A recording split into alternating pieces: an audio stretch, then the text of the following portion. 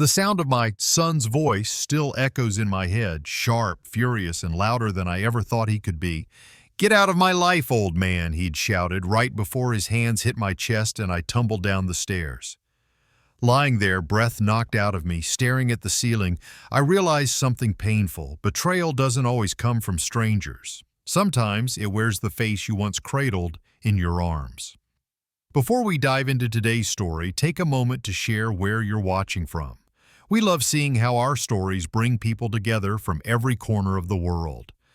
Your thoughts and comments are what make this community so special, and we're truly grateful to have you here.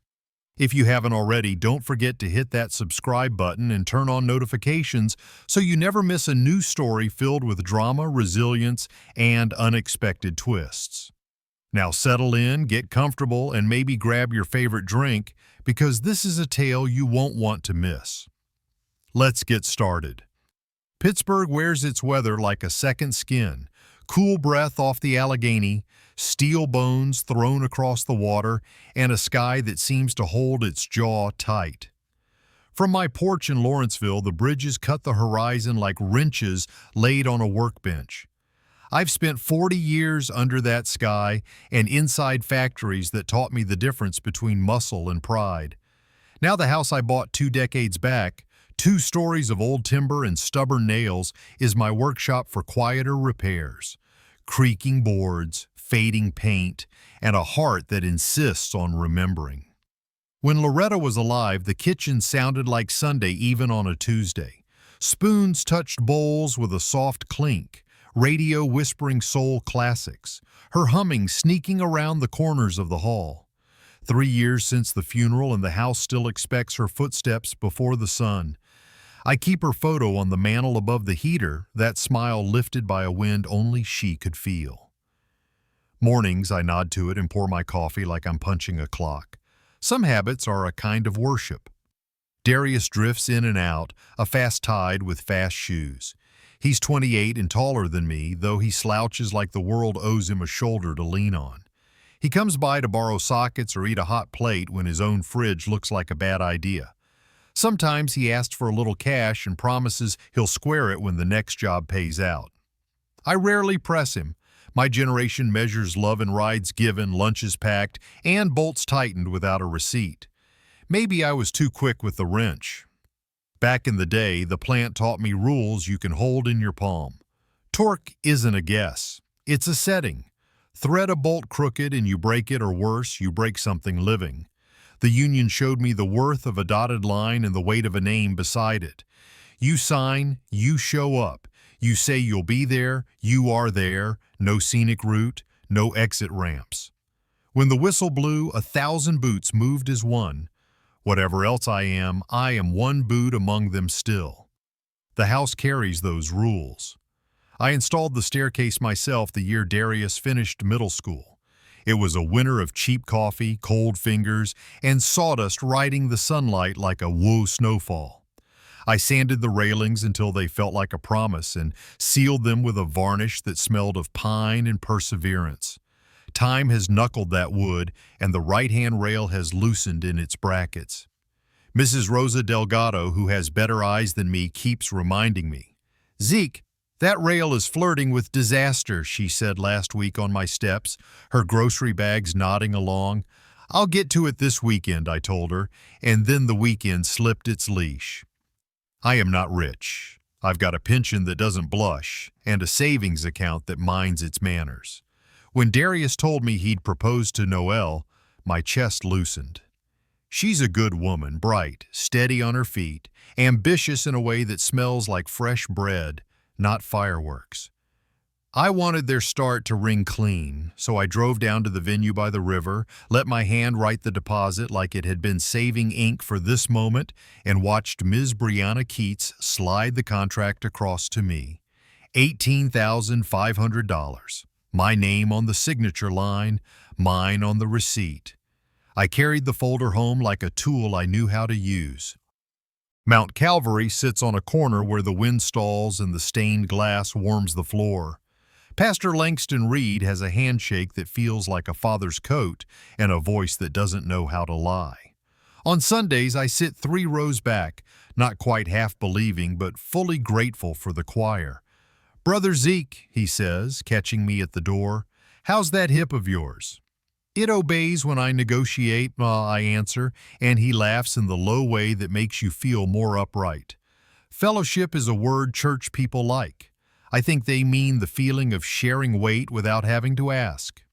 Back home, I keep the venue receipt inside a clear sleeve at the end of my filing cabinet. Contracts go between birth certificates and toolbox warranties. I label things like a man who has been burned by confusion. On the kitchen table, I leave the second copy just to look at it when the house goes quiet. It shines a little under the lamp, a future in triplicate. Evenings, Darius leans in the doorway, eyes hopping from phone to calendar. He talks plans and playlists, throws numbers around that sound expensive, and tugs at the sleeves of his sweatshirt like patience is a stain he can rub out. I nod more than I argue. Once he said, "Don't overdo the war stories with Noel's friends." "Okay, Pops?" I swallowed the small sting. "All right," I said. The union taught me when to keep a socket on the bolt and when to put it back in the drawer. The house teaches in whispers. A stair complains at the fourth step from the top. The hallway gathers the evening cold like a habit. The right-hand rail is loose enough that if I'm honest, I grip the wall more than I used to. I put a sticky note on the fridge. "Buy lag screws." Then I make a second note on the counter because I've learned the first note likes to hide. At night, I visit Loretta's grave every first Saturday, but on regular nights, I just sit at the table facing the window. The city lights stacked like tool bins across the water. I talk to her photo without moving my lips. "I put money down for the boy," I tell her in the quiet. "It's a good place." Big windows. He'll feel like he's starting right. In the glass, my reflection wears the company jacket I never retired from, Carter stitched above the heart in white thread that won't fade. Rosa waves from across the fence when I step out to shake the doormat. "Don't forget that rail, Zeke." "I hear you," I say, tapping the wood with 2 knuckles. The rail gives a tired little answer. I make another promise to the house, to my bones, to whatever listens. Home is supposed to be the safe part, the leveled platform before you cross the next beam. I believe that, like I believe, steel remembers the mill. Still, when I climb for bed, the rail sighs under my palm, and I think of torque settings and how a loose fixing can fool you until the exact second it doesn't. I click off the hallway light and leave the receipt shining on the table like a small white bridge between what I've built and what's coming. The river pushed a chill against the windows and turned my kitchen light into a bright island on scarred wood. Darius spread color printouts like a dealer fanning cards, band packages with glossy smiles, a photo booth stacked with props, an open bar menu that read more like a dare than hospitality. I pulled the pencil from behind my ear and listened to numbers the way a mechanic listens to a motor, still hands tight attention. Noelle sat across from me with her coat folded on her lap, a polite smile, working hard. She talked about first impressions, cousins flying in from Atlanta, how photographs turn kinder when the lighting is right. Hope threaded her voice, the clean kind that wants beauty without gambling the rent. I remembered wanting that once, one night that says, "We did it right." Darius tapped a rhythm on the subtotal box. "Don't worry, Pops," he said, easy as a commercial. "We need the vibe." The word hung in the kitchen like cologne, too sweet everywhere, pretending to be a plan. In my head, 2 columns rose, need and want, and the want column started dancing. I suggested trimming, fewer rented spotlights, a smaller band with more soul than volume, a bar that serves what people actually drink. "It's all part of the look," he said without looking up. A week earlier at the venue office, Ms. Brianna Keats had walked us through the backbone of the event. The contract didn't try to charm. In 12-point type, it told the truth. Primary signatory, Ezekiel Carter. 30-day lock for changes. Penalties after the deadline. I carry rules better than moods, so my pen met the line and stayed there. I brought that up now. If we wanted to change anything or lock it in, my signature had to lead. I asked Darius if he wanted his name on the file to learn how weight feels when it sits on your shoulders. He scrolled his phone and smiled halfway. You keep it. I'm slammed this month. His eyes didn't land. They skimmed the room like stones that refused to sink. Sunday at Mount Calvary, Pastor Langston Reed preached about foundations, hands and knees that take the ache so the next generation can walk straight. Gratitude isn't a speech, he said. It's a steady hand. I wore my Union jacket and let the words press against the places that complain in the morning. That afternoon, I logged into my savings, numbers lined up like patient soldiers. Not flashy, not ashamed. I thought about a roof that wants attention, prescriptions that climb each year, the way a pension stretches when you ask nicely. On the counter, the venue receipt gleamed in its sleeve, $18,500. Cash reminds a man that love should be generous without turning careless. Darius asked to borrow a little more to push the look over the top. I told him about torque, how over-tightening strips threads and turns a strong joint into a weak lie. He sighed like the metaphor was the problem. You're killing the vibe, he said, not loud, just sharp enough to nick the skin. Noel's pen paused in midair. I set my pencil down and let the silence cool the room. I stacked the pages and slid them into the sleeve. The laminate squeaked like a warning. Wind dragged a low cloud across late afternoon, and the house lost a layer of warmth. Noel asked if the venue had flexibility on the lock date. I said changes could happen, but only with the main signature, and the calendar was leaning toward the edge. Relief touched her face and retreated. She wanted the promise without the bill. I told her memories grow fine even in plain rooms when people are careful with each other. When they left, I watched them walk to the car. Darius flung an arm over her shoulders and talked big with his free hand. The taillights slid down the street like two red coins and turned the corner. I made tea and held the mug to the ache in my knuckles. Before bed, I logged in again. The savings looked the same. I tucked the printout behind the contract. At the stairs, I rested my hand on the rail. The bracket sighed, and the wood gave a friendly little sway. I told myself I'd buy lag screws in the morning. The sticky note on the fridge had slid to the floor and curled like a leaf. I pressed it flat and moved it to the door where I couldn't miss it. Then I climbed, one careful step after another. Home is supposed to be the safe platform, the level space before you cross the next beam. I still believe that as the wind shouldered the eaves and the hall turned cool. Yet at the top, when the rail answered my palm with a tired whisper, Darius's words tagged along. Too light to be wisdom, too heavy to ignore. Somewhere between want and need, something had begun to slip, and not just eyes. Friday night carried a thin rain that needled the porch and made the hallway bulbs look tired. I took the toolbox from the hall closet and started for the basement, planning to find the spare rail I once cut and never hung. The box thudded a steady beat against my thigh. The wood steps clicked with the same ache my knees kept count of. On the landing, I stopped. A pair of Darius's gym shoes sprawled sideways like two careless dogs asleep in the path. The left one was damp, the right one held a curl of mud at the heel. I balanced the toolbox on the banister and eased my foot around the mess, the way a man learns to slide past small problems to keep a bigger day on track. From the kitchen came a television whisper and the hiss of a beer can. Darius stepped into the hall, shoulders wide, eyes rimmed red with the kind of fatigue that turns into attitude if you feed it. He had the can in one hand and his phone in the other, the kind of posture that says two different conversations are more important than the one in front of him. I nodded at the shoes and kept my voice level.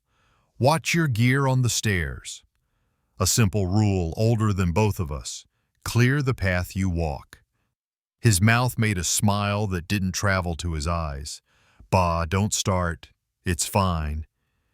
The words weren't loud, just polished by impatience. I shifted the toolbox, wanting the basement more than the argument. Move them and I'm out of your way, I said. He didn't move. He tapped the can against his thigh and added, "Stop trying to control everything." I set my palm on the rail to slip past him. The bracket gave a tired creak, a note I'd heard a dozen times and still promised to fix. I angled my shoulder toward the wall, the polite geometry of older men in narrow places. My other hand brushed his sleeve to guide my hips past his shoes and the stacked elbows of the landing. In that small adjustment, something sharper happened. A heel scuffed rubber, a forearm pressed into my chest, a shove that didn't look like one until gravity caught it and signed the form. 2 steps vanished under me. The toolbox slid, banged, and bounced. My back struck the edge of the 3rd tread with a bright thud that turned air into metal. Sound narrowed to the fizz of beer spraying from the can and rolling in cold arcs across the wall. The old rail cracked at its bracket, a split like a dry bone. For a second I saw the whole stairwell tilt, the way a car lifts in an unfaithful jack. Then the world settled into the grind of breath and a heat blooming along my hip. Darius's voice arrived from above, too fast and too thin. "You slipped." "I didn't." "Bah, you just slipped." The sentence scattered like loosened screws finding corners. Noelle came running, her socks sliding on the hardwood, hands lifted before her brain settled on where to place them. "Ice," she said to herself more than to me, backing toward the freezer, then pivoting with a towel and a plastic bag that crackled with cubed relief.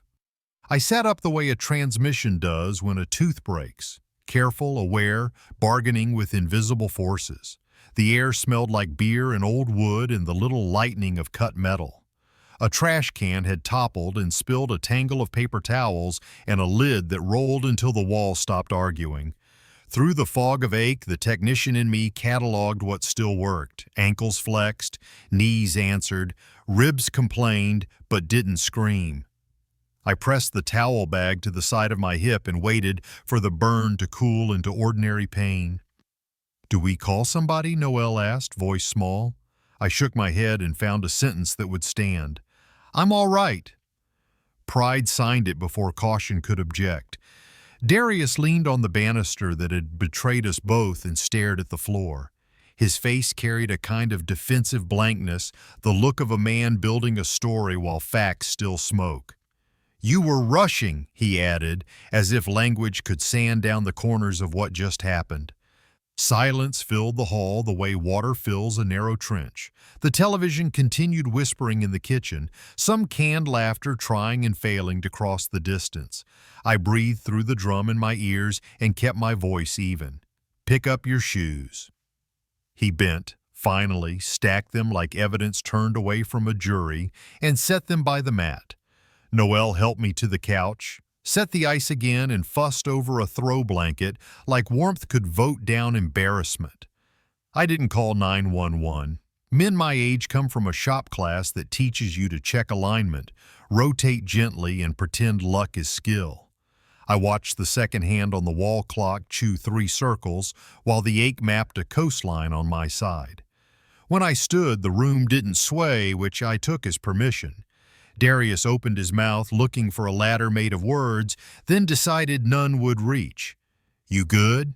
he asked, and the question missed everything except the window, where my reflection stared back old and stubborn. "Go to bed," I said. It came out calmer than I felt. Night pulled the house into itself.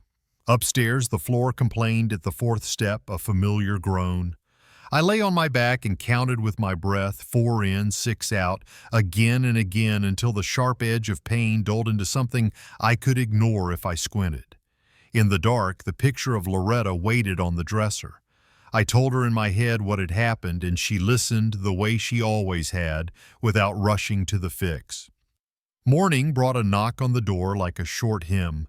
Mrs. Rosa Delgado stood under her umbrella, steam from her breath stringing the cold between us. She held up her phone the way people do when they know the thing they're about to say could change a story. "Zeke," she said, "my doorbell camera caught some of last night. It angles across to your steps. You might want to see." I stepped aside, and she scrolled to the clip. Our porch in watery light, me turning toward the landing, Darius stepping in, my hand on the rail, his forearm shifting into my chest, that small forward jerk magnified by wood and gravity. There was no sound, just a picture that didn't blink. My mouth made a line and stayed there. Proof is a useful tool and a dangerous neighbor. In a family, it can fix what's crooked or crack what still holds. "May I send it to you?" Rosa asked. I nodded once. She forwarded the file and squeezed my arm with a palm that knew the weight of casseroles and bad news. "You think on it," she said, and left me in the doorway with the rain and the quiet and a phone that had just learned a new word for push. Sunday light fell through stained glass like calm breath. After service, Pastor Reed let us use the small counseling room behind the choir loft, a square of polished wood and weak coffee. I took the chair with its back to the wall. Darius sat opposite, one knee bouncing, thumb tracing the seam of his phone. I told him straight, last night could be reduced to 2 acts, an apology and an anger management class. Words, then work, then forgiveness. He stared at the floor and tried to bless the version where I simply slipped. Dad overdid it. Dad tripped. He wasn't cruel, just guarding pride like a thin coat in winter. I could have played Rosa's doorbell clip and let pixels decide. I kept it in my pocket. A father sometimes offers a bridge while doubting the soil. Pastor restated the offer and let silence sit. Darius nodded like someone closing a tab he never read. At home, I ran my hand along the old rail and promised a new one by week's end. First, I laid the wedding papers across the table until the laminate shone. The venue folder sat in the center, my deposit receipt bright in its sleeve. The numbers weren't enemies, the posture was. I rode the bus downtown to Ms. Brianna Keats' office, where timelines live in binders and paper clips have their glass square. I asked to scale back the package to something honest. She tapped the line that matters. Primary signatory, Ezekiel Carter, 30-day lock approaching. Changes require your signature. I uncapped the pen. My phone rang. Darius filled the line with urgency and image. "Don't embarrass your child with the organizers." "The wedding is your image." I capped the pen, thanked Ms. Keats, and left. Retreat isn't surrender. It's courtesy to a future witness. The clinic smelled like sanitizer in winter. The X-ray tech positioned me like a careful carpenter squares a panel. The doctor tapped the film with a foreman's finger, soft tissue hematoma. "No fracture. Rest, ice, limit stairs, take the medicine." He printed the note and I folded it into the folder. Another quiet square of truth. On the way home, I stopped at the hardware store and let my palm learn the grain of a new rail.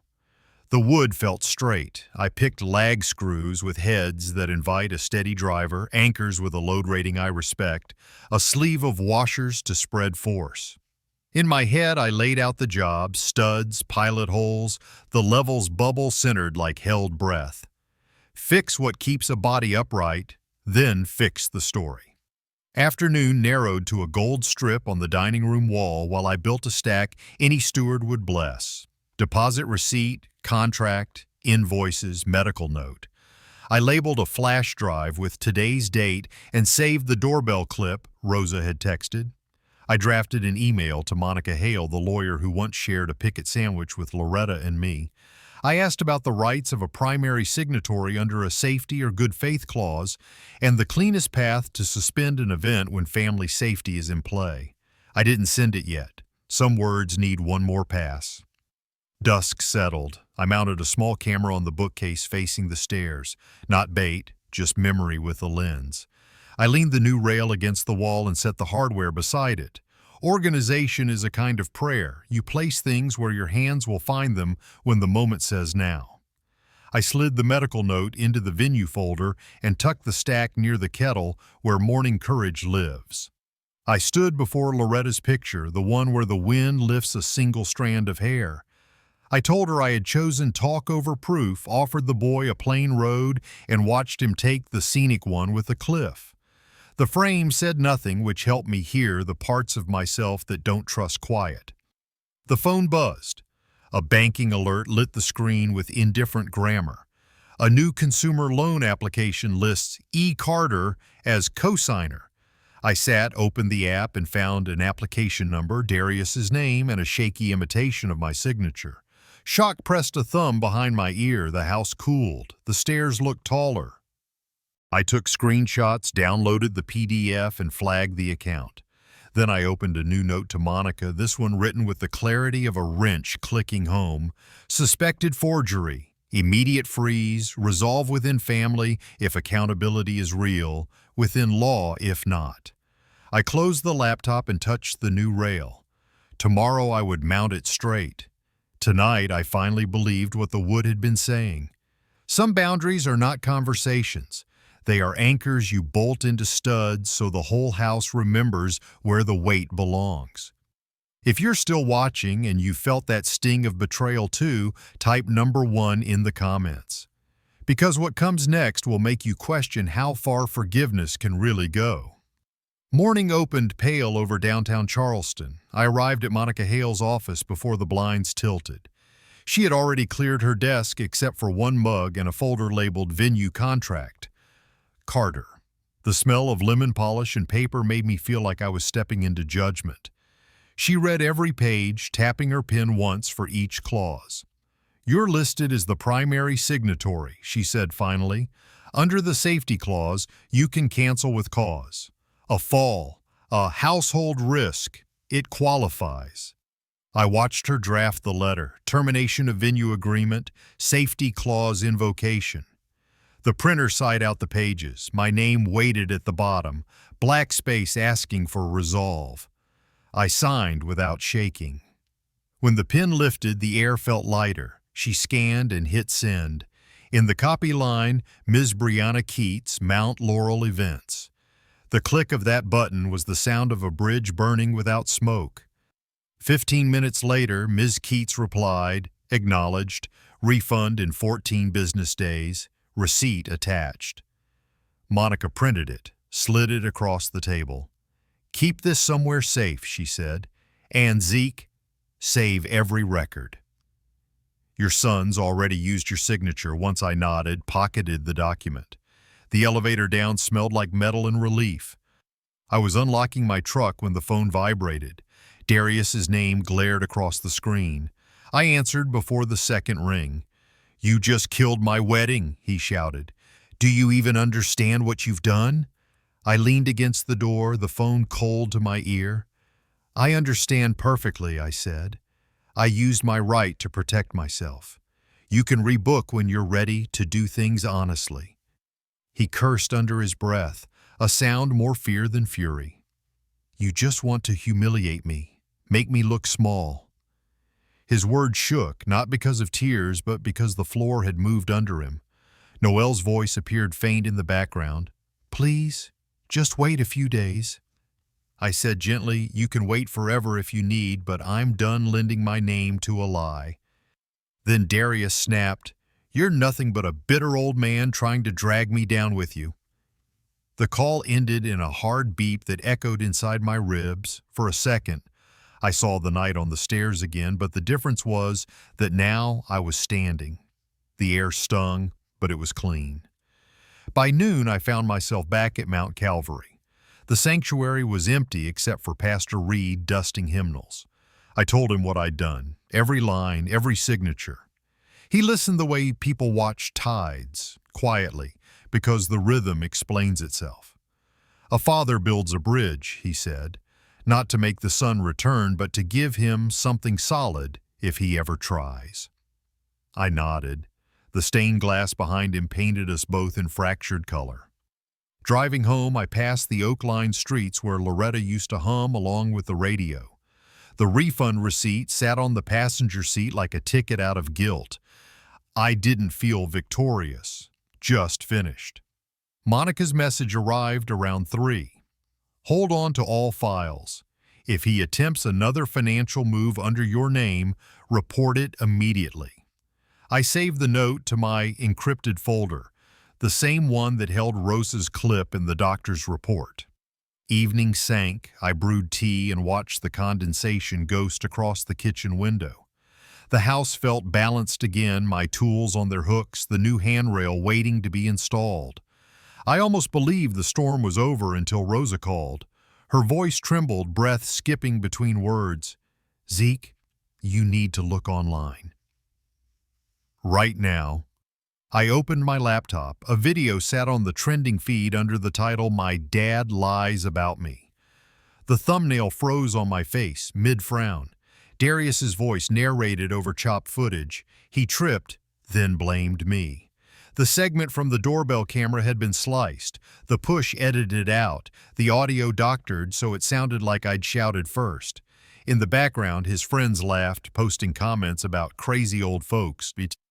I played it twice, not because I doubted what I'd seen, but to feel the sting wear dull. Each second tightened like wire around my chest. This was no longer a family wound. It was public rot. My phone began vibrating again, messages from neighbors, co-workers, even a deacon asking if I was okay. I typed nothing back. I looked at the signed cancellation letter lying beneath the lamp. The word "canceled" was stamped in red across the top, firm and final. Underneath it, my signature ran clean, unbroken. I whispered to myself, let them call it what they want. The truth doesn't beg for likes. The lamp's light hit the edge of the paper and flared against the polished grain of the table. That reflection looked like a new kind of handrail, one made of ink and decision instead of wood and screws. I thought of Loretta again, how she'd tell me to breathe, to keep the line steady. I did. Outside, the cicadas started their slow choir. Inside, I saved the video for evidence, copied the link, and placed it in the folder marked Proof. My name might be floating through 100 comment threads tonight, but here under this roof, it still belonged to me. I turned off the light, and the glow from the refund receipt was the last thing to fade. For once, the dark didn't frighten me.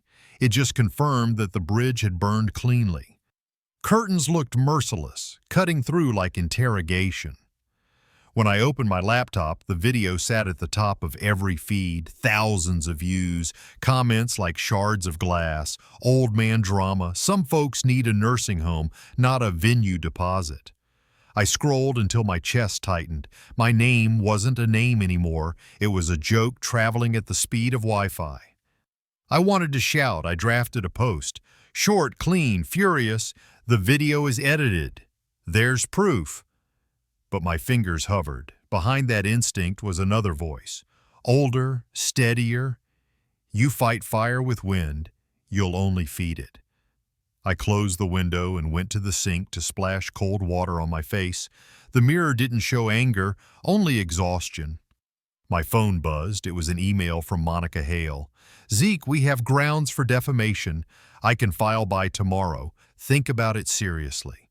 She attached a draft complaint, 3 pages of clean law language ready to fight on my behalf. Another buzz followed. Noel's message. "I'm sorry. I didn't know Darius was posting. I thought he was cooling down. I'll talk to him." I read it twice, unsure whether to reply. Every sentence now felt like a trap door.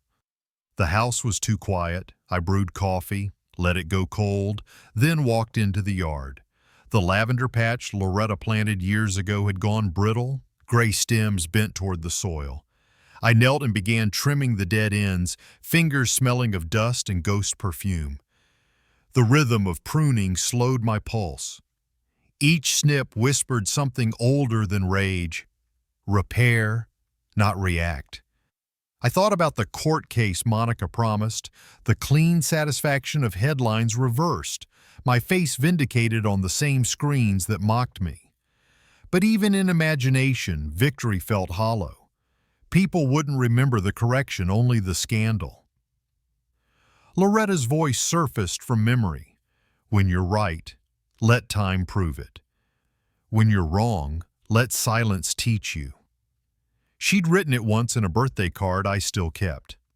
I went back inside, pulled the small wooden box from the top shelf. Inside lay her note, faded at the edges. "Forgive, but record." Beneath it, my stack of evidence. Contract, refund letter, medical note, flash drive, proof but quiet proof. I set the lid down gently. The phone rang again, Monica, this time in real voice. "You have to respond, Zeke. If you let him control the narrative, it'll stick. The internet's cruel that way." "I know," I said, "but lawsuits don't change hearts. They only freeze moments in paper." She sighed. "At least think of your reputation." "I am," I answered. "That's why I'm protecting it from noise." There was a pause long enough to mean respect. "Then promise me you'll keep every file." "The truth deserves witnesses, even if they arrive late." "I promise." After she hung up, I walked to the new handrail. The screws still gleamed silver from installation. I gripped it, leaned my weight, and felt the wood hold firm. There was no tremor. It didn't care about gossip.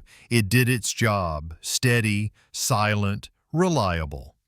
Maybe that's what I needed to be. Toward noon, I drove to Mount Calvary. The sanctuary smelled of polish and lilies. Pastor Reed was setting hymn numbers on the board. He looked up, saw the storm in my face, and nodded toward a pew. "Heard about the video," he said softly. "You thinking of fighting back?" "I was," I admitted. "Part of me still is." He laid a hymn book down. "The world runs on echo. You don't have to join the choir." I chuckled dryly. "So I just let my name rot online?" "You let truth do its slow work. Not every battle needs a crowd to witness it." I leaned back, studying the stained glass where light split into blue and gold. "I'm tired, Pastor. I just wanted to raise a son who knew right from wrong." "Sometimes," he said, "you raise one who teaches you patience instead." We sat in companionable silence until the organ tuner entered, plucking notes that floated through the empty nave. I realized that sound didn't need defense, it just existed until someone heard its music. Maybe truth worked the same way. Before leaving, I asked Pastor to pray not for Darius's apology, but for my peace. He smiled. "Already did." Back home, I placed my phone face down. Let it ring. Let the world spin. The lavender stems outside caught a bit of wind and swayed as though bowing to something unseen. I poured the cold coffee out, replaced it with tea, and sat by the window. For the first time in days, I opened the folder labeled Proof and looked through each document not as a victim collecting wounds, but as a man cataloging closure. The contract, the cancellation letter stamped canceled, the X-ray, the email trail, all lined up, quiet armor. I zipped them into a drive and tucked it under Loretta's note. Evening came mild. I walked to the stairs, rested my hand on the rail, and whispered, "This time, it'll hold." The wood felt warm from sunlight. I could hear Darius's voice in my memory, still angry, still young. I let it fade. I didn't answer the world that day. I chose silence. Not surrender, not fear, but the only language strong enough to outlast shouting. Tomorrow, the lavender would bloom again, and maybe one day, so would we. If you're still watching and this choice hit close to home, comment number 2 below. You'll want to see how this decision ripples through everything that follows. 2 weeks passed, each day slower than the last. The noise online had started to fade, but silence carried its own weight. When I walked to the market, some people smiled politely. Others looked away too quickly. The cashier who used to ask about my late wife now just said, "Next." Every exchange reminded me how reputation is lighter than smoke. Once it leaves your hands, you can't grab it back. I stopped checking social media, but instead I read the morning paper, the one that still smelled faintly of ink. An article near the bottom of page 3. Family dispute over viral video. Sources disagree. It didn't name me directly, but the details were clear enough. The comments section below the digital version had split in half. Old men always think they're right. Maybe he's telling the truth. I folded the paper shut. A coin tossed long enough becomes smooth. I was becoming that coin. That afternoon, Rosa Delgado knocked on my door. She held a pie that steamed through its foil. "Apple and cinnamon," she said. "You look like you haven't eaten anything sweet in a century." Her voice, kind and unafraid, was a relief I didn't know I needed. We sat on the porch. She didn't bring up the video until halfway through a slice. "I watched it," she said. "I also watched the original one from my camera." "I know the difference. You don't need to explain." I felt something unclench in my chest. "Thank you," I said. She patted my arm. "The truth walks slower, but it always shows up to dinner." That night, my inbox held an email from Monica. Update. The bank confirmed forgery. The loan application has been canceled and Darius's account is under review. Also, platforms began taking down the edited video after we filed a copyright claim. You were right to save everything. I exhaled, the first full breath in weeks. Justice, quiet and procedural, had begun to move. I typed a simple reply. "Thank you for believing in documentation." The next morning, a letter sat in my mailbox. The handwriting was neat, looped, almost childlike. "Dear Mr. Carter," it began, "I'm so sorry.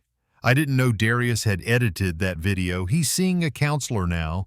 He's ashamed. I hope someday you'll talk again. With respect, Noel." I read it once, twice, then placed it under the vase of dried lavender. The brittle stems rattled as if approving. In the afternoon sun, I found the old photograph of Darius at 10 years old, clutching his first guitar. His grin was missing 2 teeth. I remembered teaching him the C chord, how his fingers cramped, but his determination shone. I traced the photo's edge with my thumb. Somewhere between that boy and the man he became, a bridge had cracked. Still, a bridge can be rebuilt if the foundation holds. I brewed tea instead of coffee that evening. The house felt less haunted, more like itself. The handrail caught the fading light, a solid line from one floor to the next. I ran my palm along it the way a craftsman checks his own work, smooth, unyielding. It was doing its job even if no one praised it. Maybe that's what survival meant, holding steady without applause. Around dusk, my phone buzzed again, a message from Pastor Reed. "We're restarting the youth guitar class. Need an extra set of hands. You in?" I stared at the text for a long moment. My instinct said no, stay hidden, stay small. But another part of me, the one Loretta used to tease as stubborn heart, typed back, "I'll be there Sunday." Sunday came mild and golden. I wore the same denim jacket I'd worn the day I proposed to Loretta. The sanctuary smelled of polish and faint dust. 6 kids sat in a semicircle holding cheap guitars. When I strummed the first chord, they flinched at the volume. I smiled. "That's music reminding you it's alive," I said. Laughter rippled like small bells. During a break, Pastor Reed stopped by. "Heard about the article," he said. "People are starting to see through the noise." I shrugged. Maybe. Maybe they're just tired of gossip. He looked at me over his glasses. "Either way, you're still here." That's the sermon. One of the little girls asked how to make her fingers stop hurting. I told her, "Keep playing." The pain turns into callus, and the callus lets you play longer. As I said it, I realized I wasn't just talking about her hands. When class ended, I stayed behind, letting the kids' laughter echo off the wooden walls. The lavender smell from the altar flowers mixed with the faint metal scent of guitar strings. Outside, the sun was lowering, scattering orange light through the stained glass. I could see dust dancing in the beams, each speck visible for a heartbeat before vanishing. Proof that even the invisible can glow for a moment. I locked up, drove home, and sat on the porch where Rosa's pie plate still waited empty. The air felt cleaner. I thought of Darius somewhere trying to untangle his guilt. Maybe silence had done its work after all. Not to punish him, but to let him face the echo of his own voice. When the street lights blinked on, I whispered into the dark, "The truth walks slower, but it's on its way." The night answered with crickets, their rhythm steady as a metronome. I leaned back, hands folded, and let that rhythm carry me. Sunlight spilled across the floorboards before the alarm could ring. I hadn't slept much, but for once it wasn't worry that kept me awake. It was the quiet hum of something lighter. A month had passed since the noise, and I could breathe without flinching. The house looked less like a witness stand now and more like a home. I started the morning by opening the door to Darius's old room. The air inside smelled of dust and aftershave that had faded years ago. His posters still clung to the wall, curling at the edges. Basketball heroes, a music chart, a photo of him and Loretta grinning with melted ice cream cones. I sat on the bed and ran a hand over the quilt. Every object used to sting. Today it only hummed with memory. My laptop chimed. An email from Monica. Case closed. The investigation confirmed forgery. Your name is cleared, and the platforms have removed all doctored videos.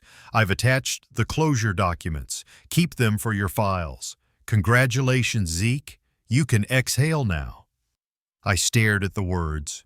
Cleared. It should have felt triumphant, but it felt more like an exhale that had been waiting a long time. Vindication is quieter than people imagine. I printed the email, folded it neatly, and placed it under the same folder marked Proof. Then, for the first time, I shut that folder in a drawer instead of leaving it on the table. When I stepped outside, the lavender was blooming again. Purple spikes leaned toward the sun, humming with bees. I crouched and pinched a stem between my fingers. The scent, sweet, clean, alive, filled my lungs. Loretta once said lavender forgives everything if you give it enough light. Maybe she was right. Rosa waved from her porch, holding a cup of coffee. You look 10 pounds lighter, she called. Could be forgiveness, I said. Or caffeine, she teased, laughing. That laugh had carried me through the worst weeks. I decided to drive to town, something I hadn't done since the scandal. The cafe door chimed when I entered. The same barista who'd avoided my eyes before looked up and smiled. Morning, Mr. Carter. Long time. Too long, I said. She poured me the usual without asking, black, 1 sugar. Good to see you back. I sat by the window. Outside, the street buzzed in its normal rhythm, kids on bikes, a delivery truck, someone arguing gently about parking. Life had resumed its beat, no cameras, no whispers, just people. Halfway through my coffee, my phone vibrated. A message from Noel. Thank you for not pressing charges. Darius is in a counseling program and starting financial restitution. He told me he misses you. I hope someday you'll let him say that himself. I read the lines slowly. My first instinct was guarded, but then the words sank through. Maybe forgiveness didn't need an audience either. Back home, the mailbox held a letter with handwriting I recognized immediately. Stubborn, uneven, but trying to be neat. Inside, I was wrong, Dad. I'm trying to change. I hope the stairs hold strong for you now. D. I stood by the kitchen counter a long time. My throat tightened, not from pain, but from the weight lifting. I placed the note beneath the vase of lavender. The stems trembled slightly in the breeze, as if nodding approval. That afternoon, Pastor Reed stopped by. He was carrying a program for the weekend service. We're having a small reflection Sunday, he said. Would you say a few words about forgiveness? I shook my head gently. No words needed. I'm still learning how to walk quietly. He smiled, the kind that doesn't require sound. Then your silence will preach for you. Before he left, he looked at the lavender by the window. Loretta would have liked that you kept them alive. She did the hard part, I said. I just watered what she started. After he left, I picked up my guitar, the same one Darius had learned on. The strings were slightly tarnished, but the sound still carried warmth. I played a slow hymn, soft, unfinished, like a thought half remembered. The melody filled the room until even the corners seemed to breathe again. Evening painted the walls gold. I walked to the stairs, laid my hand on the rail. The wood felt solid, smoother now from use. For weeks it had symbolized fear, fall, shame. Today it felt like balance. I leaned my weight into it and whispered, "We're good now." I brewed tea and sat by the window until the sky deepened into violet. Outside, kids were laughing somewhere down the block and the smell of someone's barbecue drifted over. Normalcy had returned, but not the same kind. It was quieter, earned. The last light touched the photo frame on the shelf. Loretta, Darius, and me, all mid-laughter. For months I couldn't look at it. Tonight I set it upright again, my reflection mixed with theirs in the glass. Older, slower, still standing. Later, before bed, I checked my phone one more time. Monica had sent a short follow-up. "You handled this with more grace than most. Be proud." I typed back, "Just trying to stay steady." I turned off the lights. Through the window, the lavender glowed faintly in the moonlight, a soft violet pulse against the dark. I thought of Darius's note. "I hope the stairs hold strong for you now." They did, and so did I. If you're still watching and feeling the calm before something greater, drop number 3 in the comments. The next part will show just how powerful redemption can truly be. Rosa stood in the driveway, her arms folded against the morning chill. The trunk of my car was packed neatly. One suitcase, my guitar case, a thermos of coffee, and the framed photo that had sat on my shelf for years. "You sure about this, Zeke?" she asked. "It's a long drive for one man." I smiled. I owe someone a promise. Besides, I'm not really alone. She looked like she wanted to say more but settled for a nod. "Then bring me back a seashell. Something that's seen a lot but still shines." I promised I would. The road unfurled in front of me like an old film reel, miles of gray ribbon bordered by pine and open sky. The radio played softly, a gospel station half fading in and out. Between static bursts came a line that stuck with me. "You can't outrun pain, but you can outwalk it." As the miles rolled by, I thought about the house I'd left behind. The lavender blooming by the window, the smell of lemon polish, the faint hum of the refrigerator, quiet proof that life keeps its rhythm no matter who's listening. I imagined Darius sitting somewhere in a small apartment, maybe with his own kind of silence, learning to live with what he'd done. I didn't wish him suffering anymore. I just wished him peace sturdy enough to build on. By noon, the ocean appeared, first as a blue sliver, then a vast shimmer that stretched to forever. The last time I'd seen it was with Loretta decades ago, before Darius was even born. We'd promised to come back for our 20th anniversary. We never did. Life had other plans. Work, bills, a mortgage, small joys stacked between bigger storms. I parked near an empty stretch of sand and carried my things toward the shore. The wind tugged at my jacket. Salt hung in the air, sharp and clean. I found a flat rock and sat down. From my pocket, I pulled a letter, creased and careful. The envelope read, "Dad" in Darius's handwriting. Inside, "I'm rebuilding myself, Dad. Therapy's hard, but it's teaching me things I should have learned years ago. I don't expect forgiveness. I just hope you're proud that I'm trying. I bought a small guitar again. Sometimes I play the song you used to hum. It helps me keep going." The words blurred for a moment before settling back into focus. I folded the letter, slid it into the guitar case, and whispered, "Good son. Keep going." I took out my guitar and let my fingers find the strings. The wood was warm from the car ride, and the sound came smooth and low. I played slowly, letting each note carry into the wind. The song wasn't anything fancy, just a mix of chords Loretta used to hum in the kitchen, but it filled the space like prayer.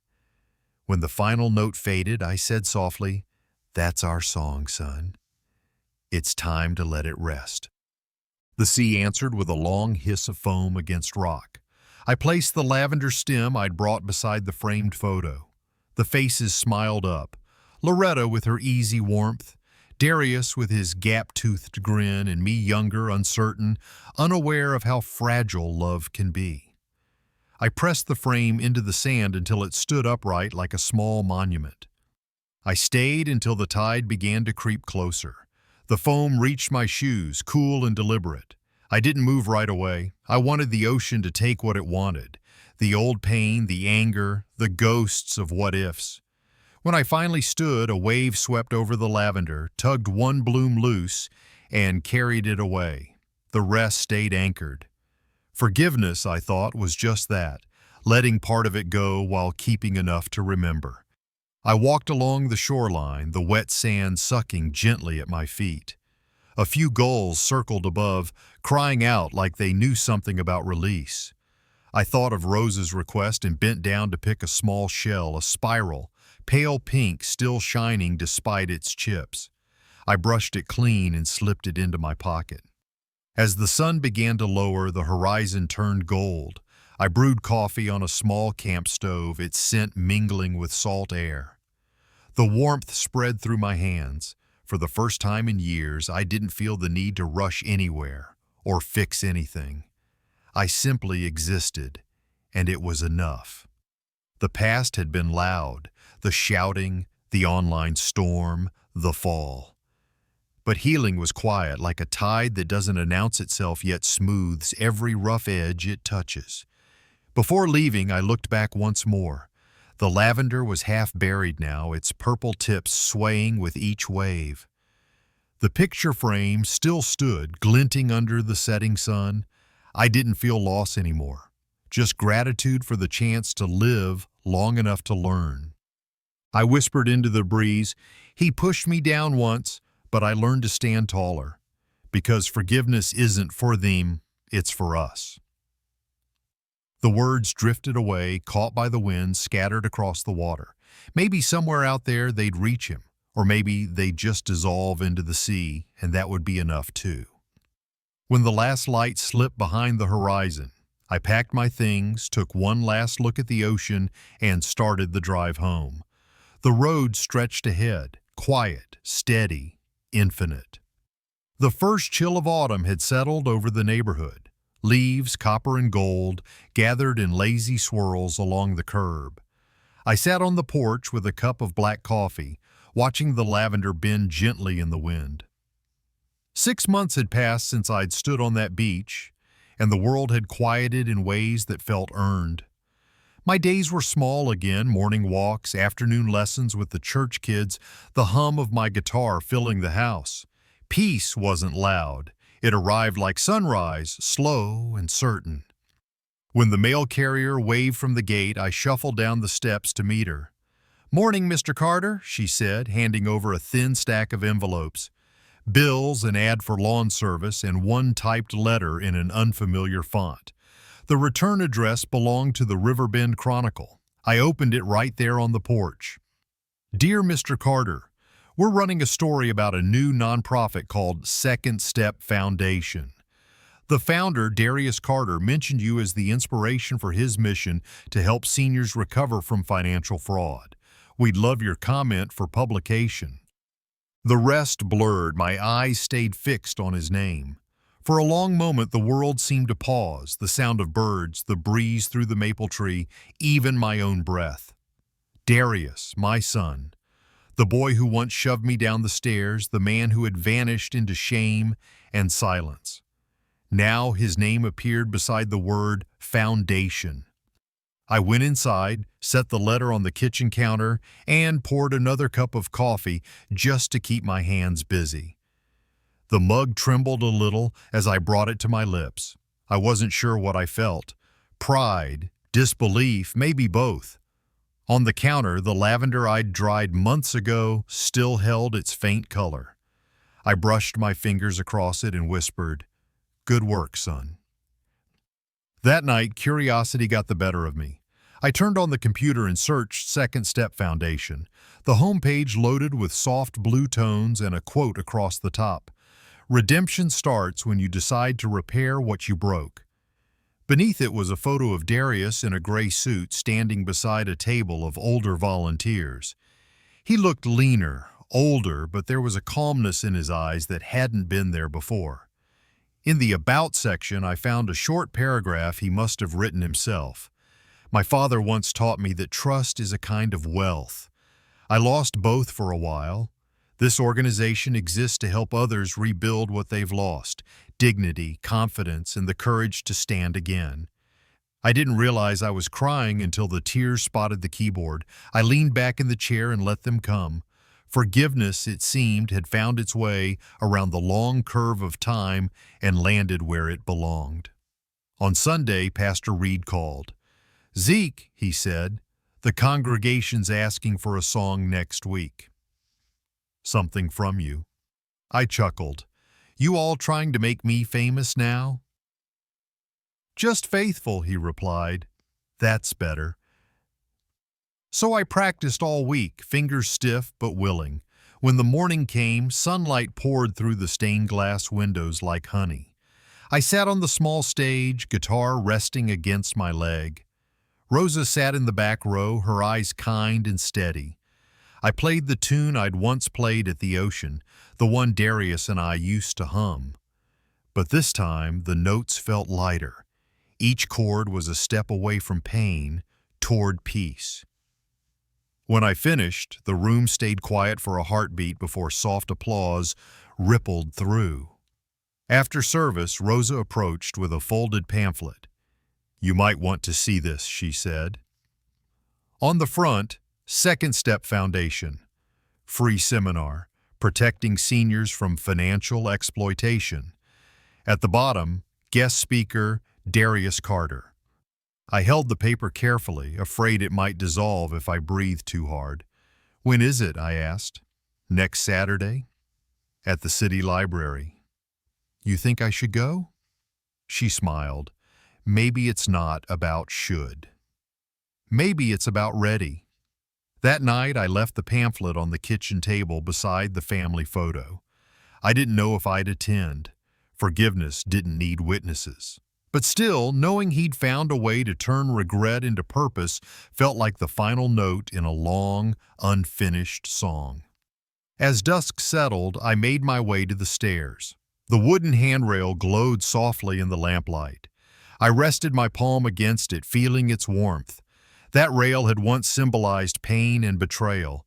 Now it was simply what it was meant to be, a steady thing to hold. In the quiet, I spoke aloud, more to myself than to anyone. We don't always get the apologies we want, but sometimes the world writes them for us. My son pushed me down once, but he also pushed me toward grace. And grace, I've learned, stands taller than pride. The house answered with its small sounds, the creak of old wood, the hum of the refrigerator, the whisper of the wind against the window, all of it ordinary, all of it sacred. Before heading to bed, I stepped outside one last time. The lavender in the garden swayed under the streetlight, purple against the dark. I thought of the ocean, the sound of waves dissolving anger grain by grain. Somewhere out there, Darius was speaking to a room full of strangers, telling them how to protect what mattered. Maybe he'd mention me, maybe not. Either way, it was enough. I closed the door, the last note of the guitar still echoing faintly in memory. Healing, I realized, doesn't end with silence. It ends with music. In the quiet, I spoke aloud, more to myself than to anyone. We don't always get the apologies we want, but sometimes the world writes them for us. My son pushed me down once, but he also pushed me toward grace. And grace, I've learned, stands taller than pride. The house answered with its small sounds, the creak of old wood, the hum of the refrigerator, the whisper of the wind against the window, all of it ordinary, all of it sacred. Before heading to bed, I stepped outside one last time. The lavender in the garden swayed under the streetlight, purple against the dark. I thought of the ocean, the sound of waves dissolving anger grain by grain. Somewhere out there, Darius was speaking to a room full of strangers, telling them how to protect what mattered. Maybe he'd mention me, maybe not. Either way, it was enough. I closed the door, the last note of the guitar still echoing faintly in memory. Healing, I realized, doesn't end with silence. It ends with music. In the end, what matters isn't whether the world clapped or booed, but whether the soul learned how to stand without a spotlight. There are seasons when trust breaks in a single brutal moment and the echo lingers far longer than the blow. There are also seasons when healing doesn't announce itself. It arrives quietly, like light finding its way through a closed room. The journey from injury to integrity is rarely dramatic. It's the slow, daily decision to hold steady when anger would be easier and to choose dignity when the crowd begs for spectacle. When a story begins with a fall, pride often rushes in demanding repayment. But restoration has different rules. It asks for boundaries before it asks for bridges, for truth before reconciliation, and for accountability before comfort. Sometimes the bravest move is to act, sign, and step away. Sometimes the wiser move is to keep the tongue still and let time do its patient work. Silence, used well, is not surrender. It's a vote of confidence in the truth, a way of saying, "This will hold even without my noise."